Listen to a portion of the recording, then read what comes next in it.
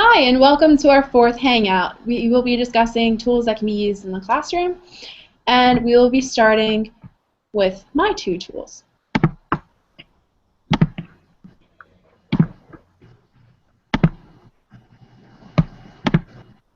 So my first tool is an app called Newsella, or a website called Newsella, and it provides unlimited access to hundreds of leveled news articles and Common Core aligned quizzes, and the articles are updated every day. So as you can see, you have today's stories and you have different contents. So you have science, war and peace. Here you have arts, sports, more science, law, kids. And you can also use text sets. So for instance, this text set would be about politics and science of energy. And this one would be about sharks and different texts that have to do with that. So basically, this is a big news database, and you have war and peace, science, kids, money, law, health, arts, sports, even the election, president profiles. It also allows articles in Spanish. So if you have a student who just transferred to the United States and into your classroom and only speaks Spanish, this would be a really great way to have them read in Spanish to comprehend, but also try to learn their English. So you could have two tasks going on for that student to try and catch up on their English and try to learn it. In the classroom, this would be great because of the ability to have the articles in different language, and also the student can use it as research. If a certain topic is in Newsella, then the student can research the topic. This is free for learners and educators, and you can sign in through a Google account. So it's a free tool that you can use in the classroom, and a limitation of it when you try to implement it in the classroom is that it only has the language of Spanish and English. So, for instance, around the town of Salisbury, where my placement is, there are a lot of Haitian Creole students. So this website has English articles, but there's no Haitian Creole for those students. So that is definitely a limitation of using this website in the classroom. Does anyone have anything they'd like to say, a question, a comment about this tool? I have one question. So you can get the articles in Spanish, but can you get the same articles in English so it's in both languages or no? You should be able to get both of them. Some of the articles might be different but have the same idea, and that's where the teacher comes in Okay. and provides the student with either similar or the same articles. Anybody else? No? Okay. My next one was Form Mule, and it's an online form builder that gives teachers everything they need to collect data online. It is easy to build any type of form or survey, and even can accept payments. It is easy to use, and anyone can create a form online with an account that is free.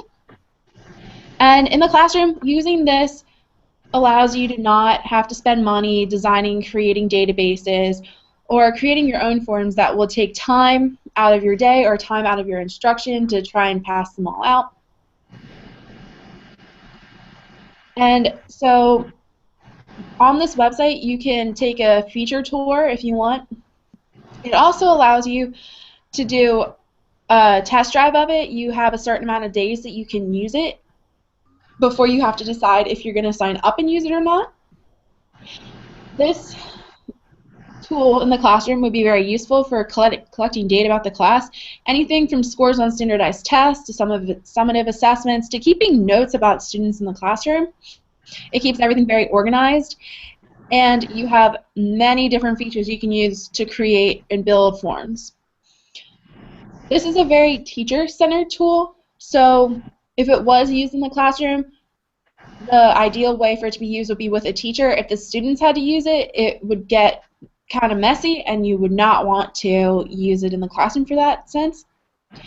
So in my placement, the teacher uses a database provided by their school to keep track of scores, but she also has a grade book that is paper. And when she tries to log on to the computer to get to the database, it takes a very, very long time.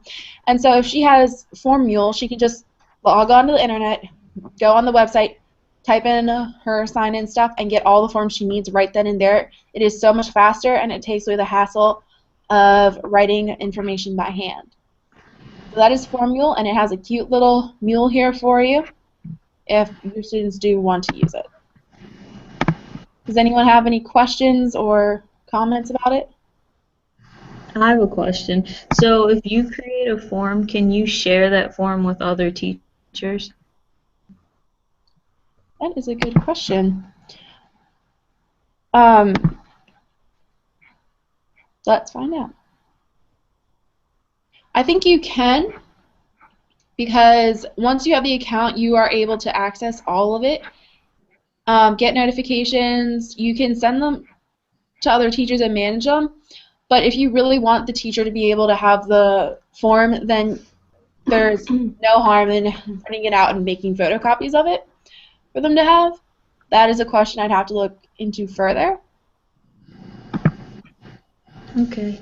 Anybody else?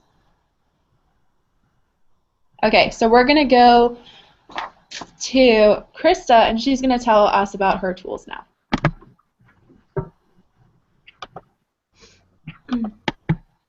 Okay, so the first tool I want to show you is called Ant. It allows you to make annotations on videos. So you can log in for free. And then once you log in, you'll come to this page, and you have the option to choose a new Ant. And you can choose a video from YouTube, or you can use your own channel. I went ahead and started one already from my YouTube channel. And you click this button right here. It says Add or View Annotations. And the video, you start playing it, and then when you get to parts that you want to add an annotation, you push this button right here. It stops playing. You can talk about whatever you want to annotate and then save it. And then other people, once you save it and share it, can respond and have conversations in the box. So what's really awesome about this is that you can use it for things such as a flipped classroom and for class collaboration. Like, you could put this up and students could access it and discuss what went on in the video based off of what you annotated. One of the biggest problems with it is, if you want to use this at home, is the digital divide, because not every student has internet access at home, and this has to be done over the internet. Does anyone have any questions about the annotation tool? Can this be done? Oh, sorry. Can this be done on an iPad or any other device? From what I can tell of it, it's just done through a browser, so you don't need an app to do it. So I would say yes, but you have to try it on a particular device first to make sure it works. I could really see using this. You can use it in the classroom too, with like little like stations. If you had like laptops in your school, you could have students like have groups, and you could do a little mini lesson for them on it, and they'd be able to rotate around groups. That way you weren't taking up a whole class time in order to explain a concept or a lesson. Yeah, and adding the extra annotations, you could have a video that explains stuff, but added stuff that the students can really focus on. Any more questions before I move on to the next one? Okay. So the next thing I have is called Cast Science Writer. And this is based off the UDL framework. So once again, you can create a free account, and you log in. And I already have an account, so this is what my screen would look like, and you can just start a new project. This is for students to write their science stuff up with. So you would give them like a project name. So let's just say Hangout. And for the sections, you can alter, like change them up a little bit. So if I want to do a hypothesis instead of a research question, or a thesis instead of introduction, and then you just save that and move on. The student could save it and then come back to it later if they want. What's also really nice, if the student has any kind of impairments where they struggle comprehending, you could push play over here and set the speed, and it will read everything on the page to you. So as you go and you're doing the first part, You type in your hypothesis, and there are these two little animals here. This is Max, and this is Sam, and their animations would come up on the side, and they will explain how they did their report and kind of give you examples. And here's a quick example of the character named Eco, the gecko, that gives hints.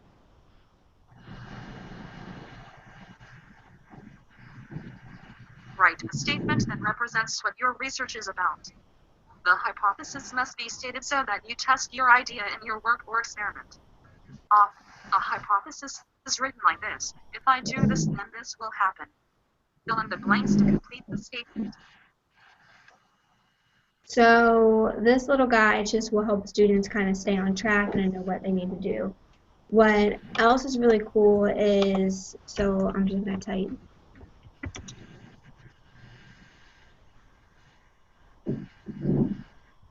Something random. And then once you have this is your draft, you can revise it, and there'll be hints and check boxes on how you need to revise it, and then edit it as well. And again, all these characters are here to help you. And then you can just keep continuing through the rest of the report. And anytime you get confused, just click on one of these characters to help you out. And then it can be saved, and you can access it later. The teacher can see it however you need. So I thought this was really beneficial since it is based on the UDL alignment. You can use it for students that have all kinds of, that are different levels, so students that either struggle or excel, or students that just need the added visual effects or to be able to hear stuff to move on a little better. So it's just really nice to be able to use that. Does anyone have any questions? That's a really cool tool to use in the classroom.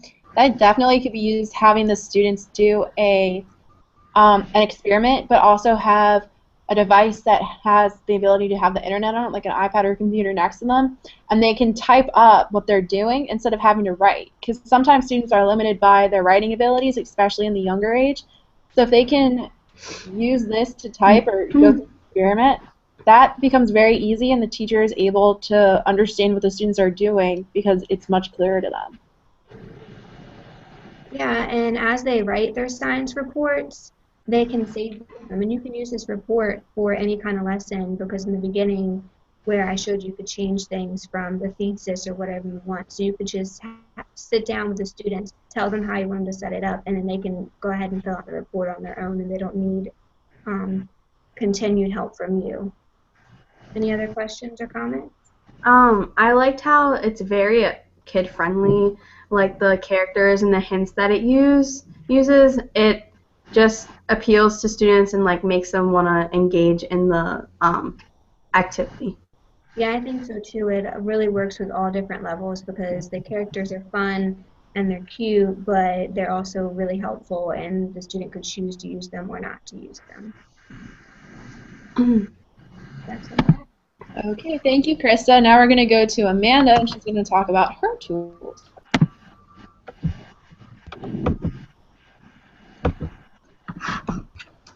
Okay, my first tool was Paper LI, and this website allows you to gather various articles in social media types on a specific content area that you can choose, and you have the option to create your own newspapers on a specific topic. So this is my account, and I've created some as a model.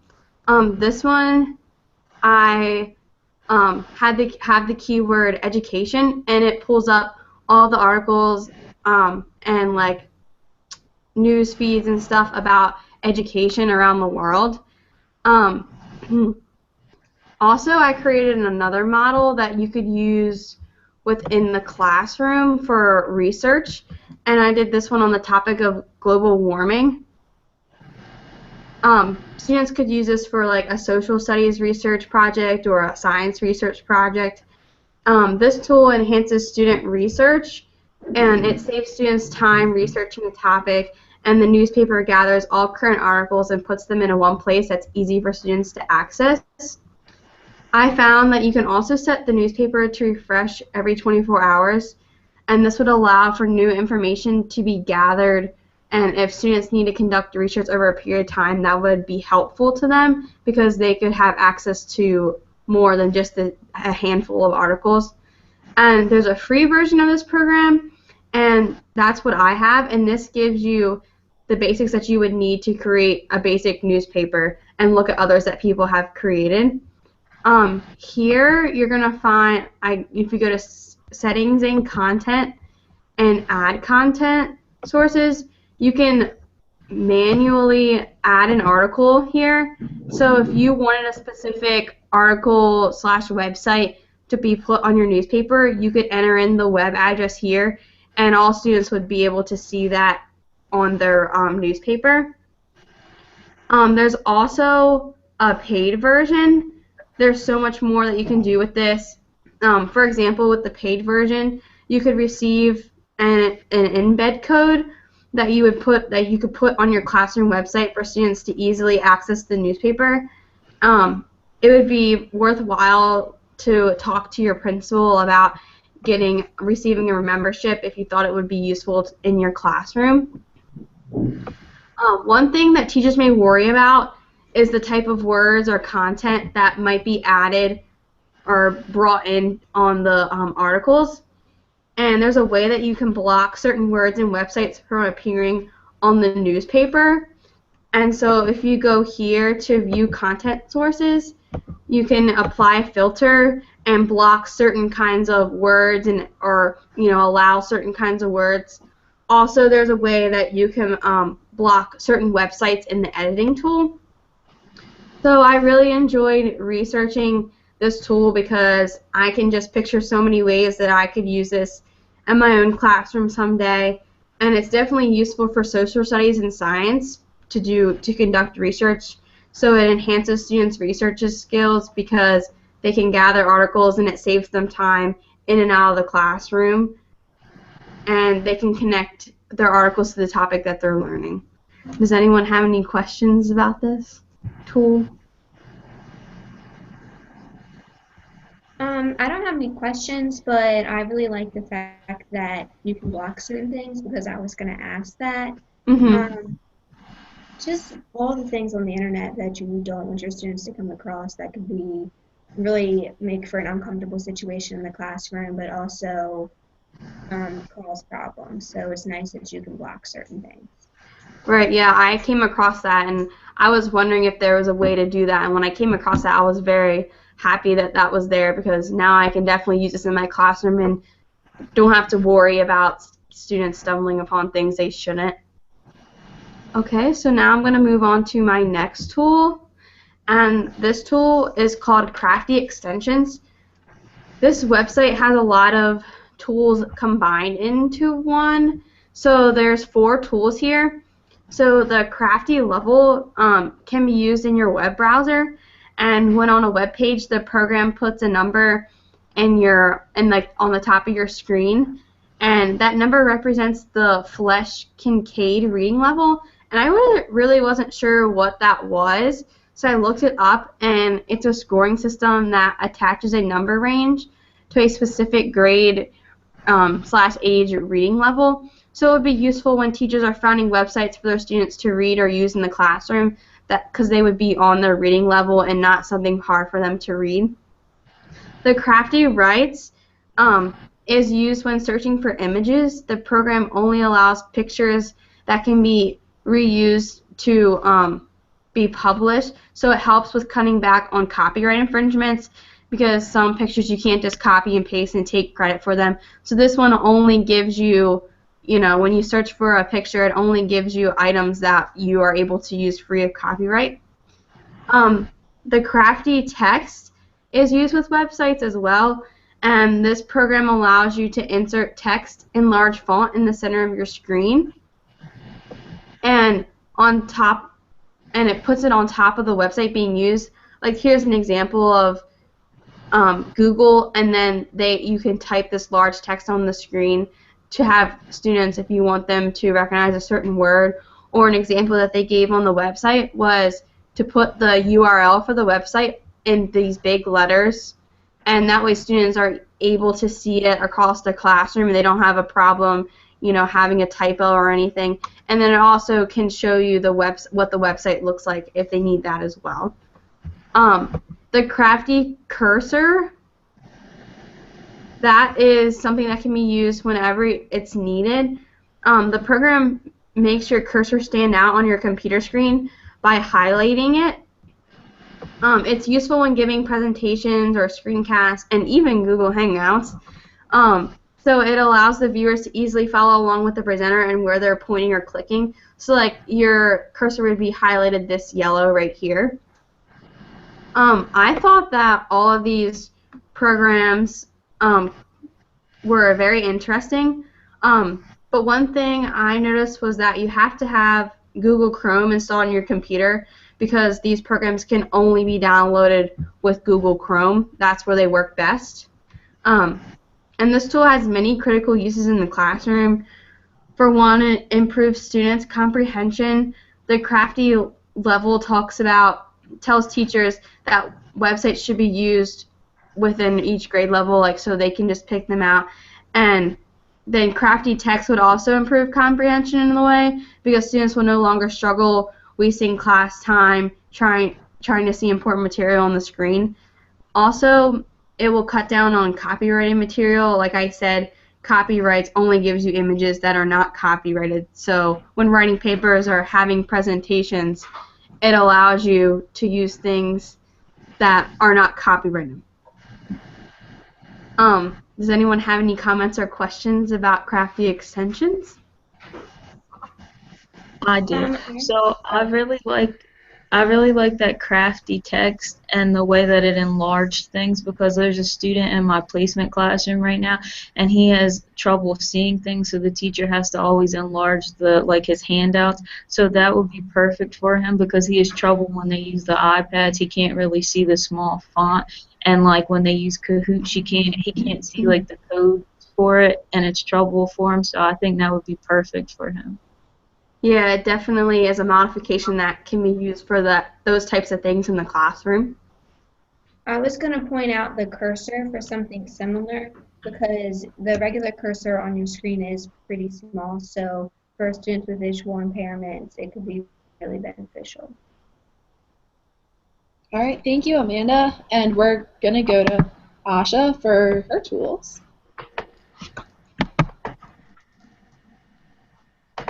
Okay, so for my first tool I had was electronics, and electronics is a company that makes circuit scribes, and a circuit scribe is a roller ball pen that allows you to write with non-toxic conductive ink. So it's like when we were students in elementary school and you'd have like the potato and it would light up, you'd plug something in and then plug more things in and it'd light up a light bulb. This is more like up to date. So these pens allow students to draw circuits, and there's a circuit scribe simulation on the website right here, and this allows you to design and simulate an actual like circuit, and then you can actually print what you create out, which I thought was awesome. And there are modules, so on their page that you can shop for things. So on their products page there's modules, and a module basically allows your paper circuit to interact. So you have to like connect this module to the line you draw with your circuit scribe in order for it to work. And you can buy the kits. There's kits that you can buy for like classrooms. They have classroom sets, and then they have smaller sets. You can buy kits and you can buy workbooks. They have workbooks that you can buy as well that allow you to like, it's a special kind of paper. This is the page where they show all of their different pens, and there's two different kinds of pens, a circuit scribe conductive ink pen and then a resistor pen. And there's a video that I wanted to show you. There's the circuit scribe workbook. This shows how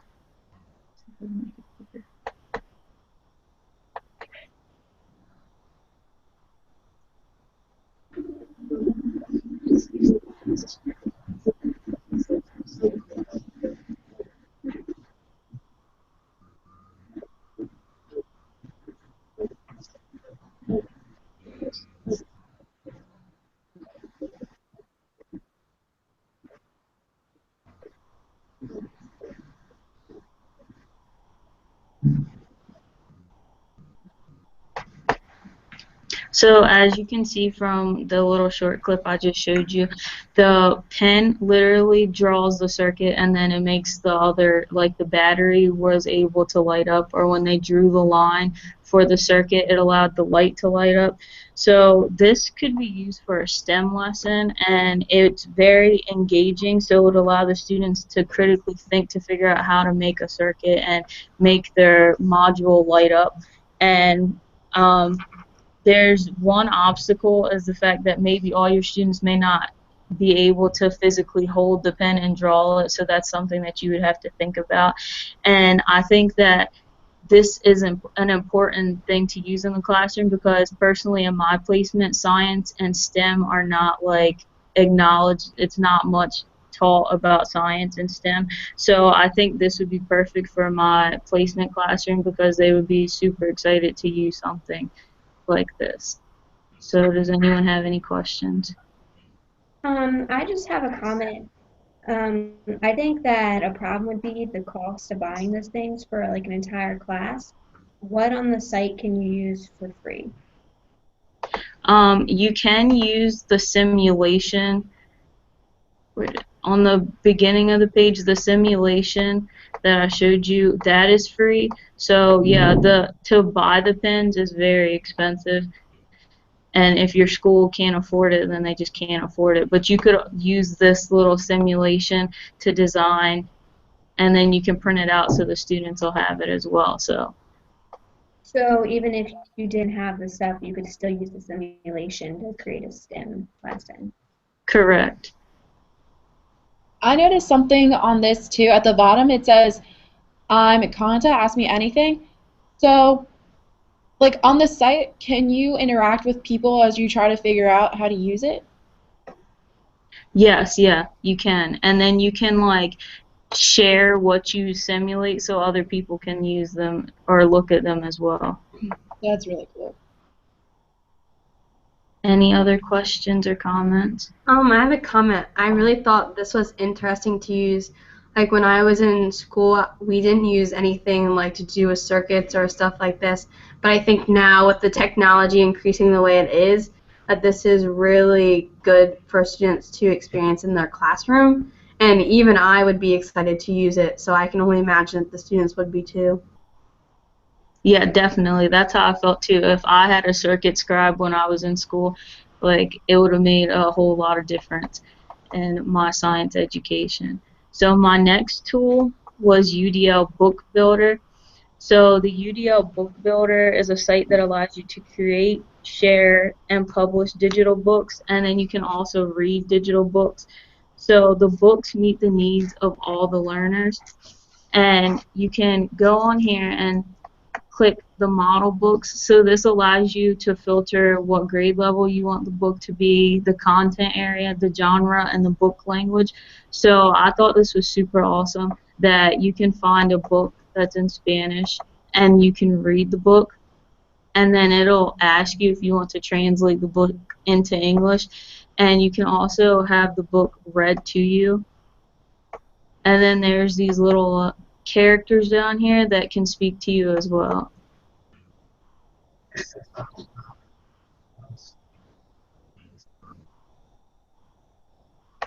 So in English, he was saying that this is the title page, and over here there's tips for the teacher to remind the student. So I thought that was awesome. And the website can be in English or Spanish or Portuguese, which I thought was really cool because you don't see many things in Portuguese. And you can read the books, but you can also create and edit your own book. And then you can share books and read other shared books. but I thought what was really cool was that you can read books that can be found in the public library. So as a kid, I read the book Bud Not Buddy, and I thought it was awesome that they have it as a digital book on here. So you can go on here and it'll read to you. So you can just click that and it'll read to you. And the students can just go through and read the book, and they see like pictures and things like that. I thought that was super awesome. So, this would be a great tool for a classroom because it allows the students to read and be read to, and you can enlarge the text because it's a digital book. In my placement classroom, there's a student that's an English language learner, and she's struggling with understanding English. So for her to be able to read a Spanish book and then an English book on the computer or an iPad would be awesome because it could read to her rather than her struggling to understand how to read. But one obstacle that I found on this website was that there aren't many, when you go to read the books, there aren't like resources or tips that are there for students to like check their comprehension. So as a teacher, you would have to figure out how you're going to check their comprehension, because other than these little characters down here that like tell them to click on a word, there's no actual like at the end an assessment to know if they understood what the book was about. So that's one obstacle that I found. But other than that, I think that this was an awesome resource. It's free. You just have to create an account. So does anyone have any questions or comments? I think you could use one of the other tools we've previously talked about, such as Kahoot, to create an assignment to go with the book. Yeah, definitely. I never thought about that, but that's a good idea. Just in general, the UDL tools we've been discussing, they seem to be very kid-friendly and very detailed so that a student or a teacher can use the tool. Because we have the lesson builder that we've been using in class, and then we have the science writer, and we have the book builder now. So all of those tools are super useful in the classroom, and they all have their benefits to using them. So making an account for that website and using their tools is something that every teacher should look into because everyone can benefit from it. Especially since they don't cost you anything to use them. So Yeah, your students or you could have an account. Yeah, that's probably the best part. Does anyone else have anything they want to say? I just thought of it. The book builder tool that I just showed you, it would be awesome to use for, or allow students to use at home, because we never know what our students' like background is. So they may not have a parent that can read to them if they're like younger students. So that would be awesome for them to still be able to get that like literacy into them and be able to read but be read to. Yeah, and then like during class, you can ask the student, oh, what did you do last night? And assuming that you've read the book, you can ask the child or see how much the child comprehended of what they read. Definitely. So it would be like, it could be like a formal homework assignment, but the student wouldn't think it would be a homework assignment. They just think that they're reading a book that they want to read. So does anyone else have anything? I have a question for Asha about the book builder thing. Would students be able to would you be able to print them out for students and have them, or is it just an online tool and you shouldn't print them out? I think you can print them out, but the whole thing is like it's a digital text, so they don't really want you to print it out. It would take away from the whole tool. But you could use the printed out version if it allows you to for the students that don't have the digital access at home. Right. Definitely. Okay. All right, anybody else? No. All right, that concludes our fourth Hangout. If you have any questions, feel free to contact all of us.